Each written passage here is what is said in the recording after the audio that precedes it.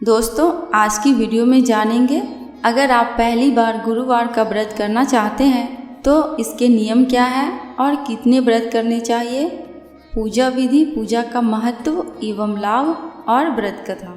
हिंदू पंचांग के अनुसार गुरुवार या बृहस्पतिवार का दिन श्री हरि भगवान विष्णु और बृहस्पति देव को समर्पित है। इस दिन भगवान विष्णु की पूजा और व्रत करना शुभ माना जाता है। गुरुवार के दिन भगवान विष्णु की पूजा करने से माता लक्ष्मी का भी आशीर्वाद प्राप्त हो जाता है। इससे घर पर सुख, समृद्धि और धन संपदा बनी रहती है। इस व्रत के प्रभाव से कुंडली में गुरु ग्रह भी मजबूत होते हैं। गुरुवार का व्रत करने से वैवाहिक जीवन सुखमय बनता है। यदि कुंवारी कन्याएं इस व्रत को करती हैं तो उन्हें मनचाहे वर की प्राप्ति होती है और शादी में आ रही बाधाएं भी दूर हो जाती हैं। यदि आप गुरुवार का व्रत करना चाह रहे हैं तो व्रत से जुड़े नियमों को जरूर जान लें।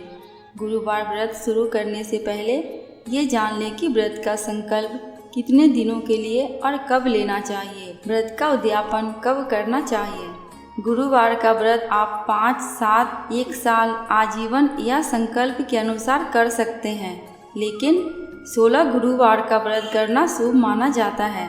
16 गुरुवार के बाद इसका उद्यापन कर दे। यदि पुरुष गुरुवार व्रत करते हैं तो वे लगातार 16 गुरुवार व्रत कर सकते हैं। वहीं महिलाएं मुश्किल दिनों में व्रत को छोड़ सकती हैं। शुद्ध होने के बाद अगले हफ्ते व्रत को पूरा कर सकते हैं। कब शुरू करें गुरुवार व्रत? गुरुवार का व्रत आप किसी भी माह के शुक्ल पक्ष के पहले गुरुवार से शुरू कर सकते हैं।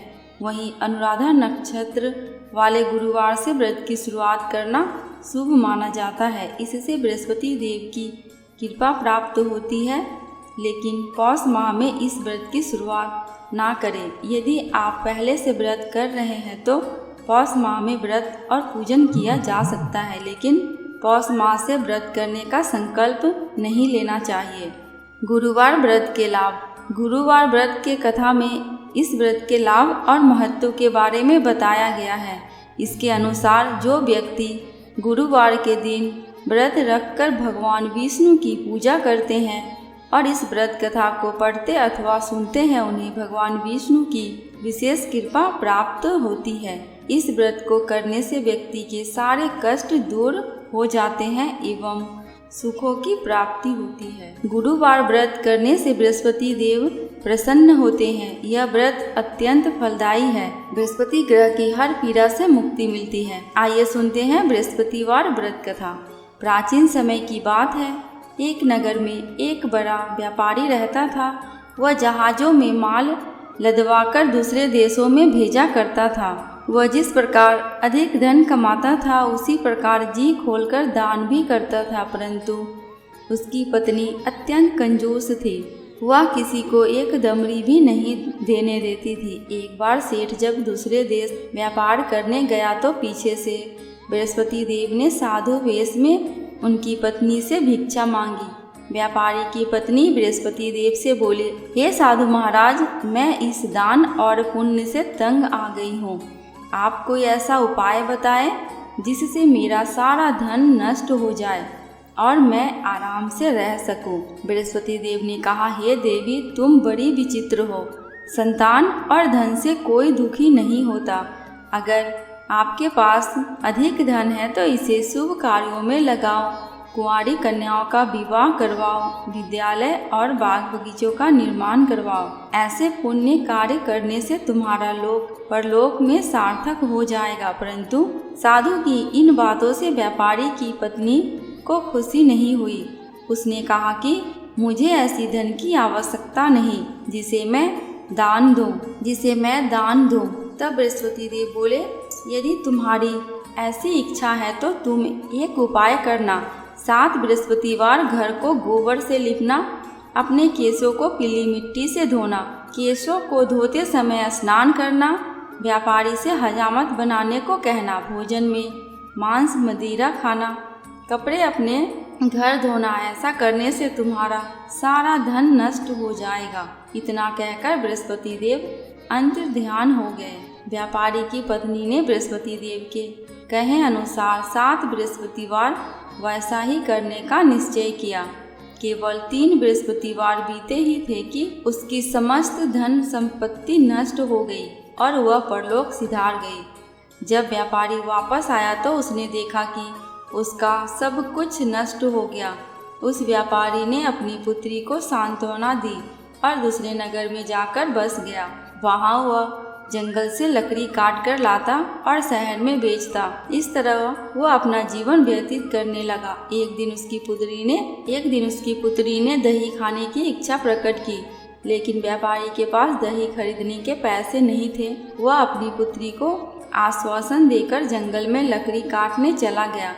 वहाँ एक वृक्ष के नीचे बैठकर अपनी पूर्व दशा में विचार करने लगा। उस दिन बृहस्पतिवार था। तभी वहाँ बृहस्पति देव साधु के रूप में सेठ के पास आए और बोले, हे मनुष्य, तू इस जंगल में किस चिंता में बैठा है? तब व्यापारी ने बोला, हे महाराज, आप सब कुछ जानते हैं। इतना कहकर व्यापारी अपनी कहानी सुनाकर रो पड़ा।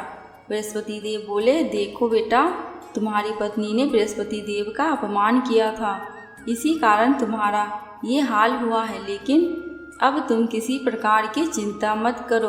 तुम गुरुवार के दिन बृहस्पति देव का पाठ करो। 2 पैसे के चने और गुड़ को लेकर जल के लोटे में शक्कर डालकर वह अमृत और प्रसाद अपने परिवार के सदस्यों और कथा सुनने वालों में बांट दो। स्वयं भी प्रसाद और चरणामृत लो। भगवान तुम्हारा अवश्य ही कल्याण करेंगे। साधु की बात सुनकर व्यापारी बोला, महाराज, मुझे तो इतना भी नहीं बचता कि मैं अपनी पुत्री को दही लाकर दे सकूं। इस पर साधु जी बोले, तुम लकड़ियाँ शहर में बेचने जाना। तुम्हें लकड़ियाँ के दाम पहले से चौगुने मिलेंगे, जिससे तुम्हारे सारे कार्य सिद्ध हो जाएंगे। उसने लकड़ियाँ काटी और शहर में बेचने के लिए चल पड़ा। उसकी लकड़ियाँ अच्छे दाम में बिक गई, जिससे उसने अपनी पुत्री के लिए दही लिया और गुरुवार की कथा हेतु चना गुड़ लेकर कथा कही और प्रसाद बांटकर स्वयं भी खाया। उसी दिन से उसकी सभी कठिनाइयां दूर होने लगी। परंतु अगले बृहस्पतिवार को वह कथा करना भूल गया।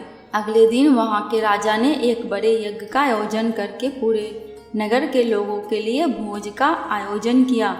राजा की आज्ञा अनुसार पूरा नगर राजा के महल में भोज करने लगा, लेकिन व्यापारी व उसकी पुत्री तनिक विलंब से पहुँचे।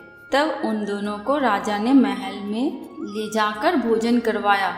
जब वे दोनों लौटकर आए तब रानी ने देखा कि उसका खूंटी पर टंगा हार गायब है। रानी को व्यापारी और उसकी पुत्री पर संदेह हुआ कि उसका हार उन दोनों ने ही चुराया है। राजा की आज्ञा से उन दोनों को कारावास की कोठरी में कैद कर दिया गया।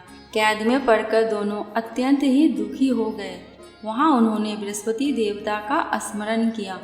बृहस्पति देव ने प्रकट होकर व्यापारी को उसकी भूल का आभास कराया और उन्हें सलाह दी कि गुरुवार के दिन कैद खाने के दरवाजे पर तुम्हें 2 पैसे मिलेंगे। उनसे तुम चने और मुनक्का मंगवाकर विधि पूर्वक बृहस्पति देवता का पूजन करना। तुम्हारे सारे दुख नष्ट हो जाएंगे। बृहस्पतिवार को कैद खाने के द्वार पर उन्हें 2 पैसे मिले। बाहर सड़क पर एक स्त्री जा रही थी। व्यापारी ने उसे बुलाकर गुड़ और चने लाने को कहा। इस पर वह स्त्री बोली, मैं अपनी बहू के लिए गहने लेने जा रही हूँ, मेरे पास समय नहीं है। इतना कहकर वह चली गई।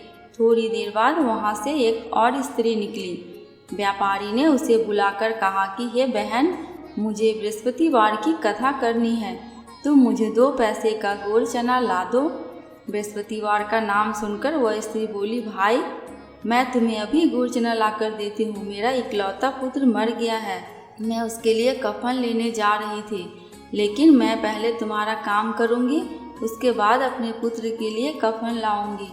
वह स्त्री बाजार से व्यापारी के लिए गुड़ चना ले आई और स्वयं भी बृहस्पति देव की कथा सुनी। कथा के समाप्त होने पर वह स्त्री कफन लेकर अपने घर गई। घर पर लोग उसके पुत्र की लाश को राम नाम सत्य है कहते हुए शमशान ले जाने की तैयारी कर रहे थे। स्त्री बोली, मुझे अपने लड़के का मुख देख लेने दो। अपने पुत्र का मुख देखकर उस स्त्री ने उसके मुंह में प्रसाद और चरणामृत डाला। प्रसाद और चरणामृत के प्रभाव से वह पुनः जीवित हो गया। पहली स्त्री जिसने बृहस्पति देव का निरादर किया था वह जब अपने पुत्र के विवाह हेतु पुत्र वधू के लिए गहने लेकर लौटी और जैसे ही उसका पुत्र घोड़ी पर बैठकर निकला वैसे ही घोड़ी ने ऐसी उछाल मारी कि वह घोड़ी से गिरकर मर गया। यह देखकर स्त्री रो रो कर बृहस्पति देव से क्षमा याचना करने लगी।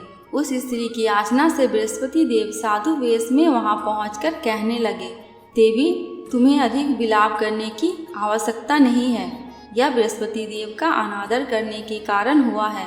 तुम वापस जाकर मेरे भक्त से क्षमा मांगकर कथा सुनो, तभी तुम्हारी मनोकामना पूर्ण होगी। जेल में जाकर उस स्त्री ने व्यापारी से माफ़ी मांगी और कथा सुनी। कथा के उपरांत वह प्रसाद और चरणामृत लेकर अपने घर वापस गई। घर आकर उसने चरणामृत अपने मृत पुत्र के मुख में डाला। चरणामृत के प्रभाव से उसका पुत्र भी जीवित हो उठा। उसी रात बृहस्पति देव राजा के सपने में आए और बोले कि हे राजन, तूने जिस व्यापारी और उसकी पुत्री को जेल में कैद कर रखा है वह बिल्कुल निर्दोष है। तुम्हारी रानी का हार वही खूंटी पर टंगा है। दिन निकला तो राजा रानी ने हार खूंटी पर लटका हुआ देखा। राजा ने उस व्यापारी और उसकी पुत्री को रिहा कर दिया और उन्हें आधा राज्य देकर उसकी पुत्री का विवाह उच्च कुल में करवाकर दहेज में हीरे जवाहरात दिए। कथा समाप्त। दोस्तों, कमेंट बॉक्स में भगवान विष्णु एवं बृहस्पति देव एवं माता लक्ष्मी की जयकारा लगाना बिल्कुल भी मत भूलना। आपको मेरे चैनल पे व्रत त्योहारों की जानकारियाँ एवं उनसे जुड़ी कथा कहानियाँ मिलती रहेंगी। अगर आपको ये वीडियो थोड़ी सी भी अच्छी लगी हो तो प्लीज़ मेरे चैनल को सब्सक्राइब करके मेरे वीडियो को लाइक एंड शेयर कर देना। अंत तक वीडियो में बने रहने के लिए आपका दिल से बहुत बहुत शुक्रिया।